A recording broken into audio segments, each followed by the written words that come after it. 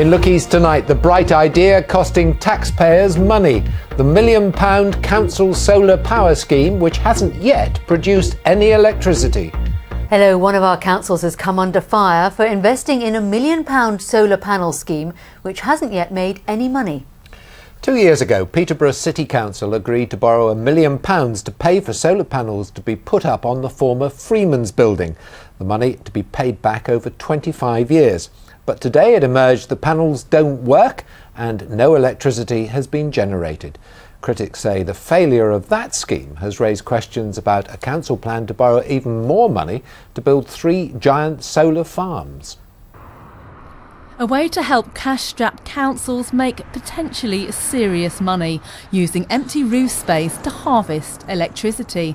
But the scheme here has already been scaled back and is still not up and running. Now, work started to install the solar panels back in the summer of 2011, and it was hoped that by last year it could be earning the council £40,000 a year. But so far that hasn't been happening. They've paid a third of the up to £1 million bill, but negotiations about the rest continue. Those against latest plans for solar say it's a gamble.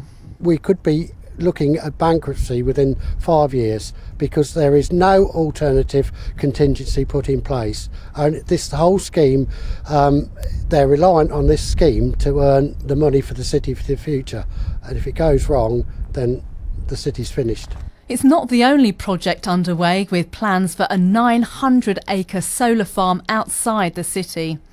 It could cost £300 million to build, it could generate £30 million profit, and that would be £115 million with plans for wind power. But here there's also been a problem. The council will have to stagger plans because of a possible archaeological discovery on one of the sites. One farmer says he hopes all land will be thoroughly surveyed. Yeah, do they know what they're going to find? I don't even know what's 6 foot under this ground, and I've worked on here for 37 years. I mean, you just don't know. Behind the solar panels at the University of East Anglia, one academic believes councils should be exploring every means of generating power. Because of the issues about energy security for the future. We need a diverse mix, and it should be down to the local authority, but the local authority must have a means of generating it by whatever means it chooses. It could be decided in a month whether this farm will go to make way for one of the biggest solar farms in Europe. Emma Bohr, BBC Look East. Well, Marco Cereste is the leader of Peterborough City Council. He's in Peterborough now. This is all a bit of a mess, isn't it? No, I don't think so. Not at all. Well, you're trying to build a solar, to get solar energy using money you don't have, and it's costing you've already paid out quite a lot of money so far, so it's costing council taxpayers a lot of money.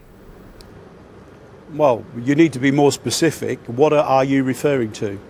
Well, on the old Freeman's building, first of all, we're talking about that one. Ah, right, OK. We're talking about the Freeman's building. Well, we've only paid the 300,000 out of the 900, nearly £1 million that the original contract was for. There have been some issues with it, and as you very well know, it was the very first contract that we issued. We have nearly another 20 sites in the city that now are generating energy and are working perfectly well. There were problems with Freeman's. We are negotiating with the contractors. I am pretty confident that we'll get that sorted, and I don't believe there will ever be any detriment to the council. But we are in negotiations and we will see what happens. You've spent £300,000 and you're getting nothing back, and you say that's not a detrimental thing for the council? No, I'm saying to you that we spent £300,000, and worst case scenario will be that we'll get the £300,000 back. If we succeed in our negotiations and resolve the issues with the panels on the roof, then they will go on to produce what we expected they were going to produce in the first place, and everybody will be happy. But the council's not going to lose money. People say that you should now think again about the other solar farms. Well, you know, I am thinking all the time about the other solar farms. We've got to remember that solar technology is a proven and tried technology. everybody who understands what we're facing in the future will say to you that local authorities need to generate energy for their own energy security. That's what we're trying to do for the city. It's an ambition that we have to be self-reliant in renewable energy, and this is one way of achieving it, and also making money for the people of this city, for us to be able to provide frontline services, the sort of thing that our people need. But you're going to be spending £300 million and borrowing £300 million to do that, and the total profit is about £30 million over a long period. No. You need to get your facts right. We are spending that amount of money, but the total profits over the period are well in excess of £100 million. And that is an average of £4 million a year plus for the people of our city. It is a very, very good scheme. It is extremely well guaranteed.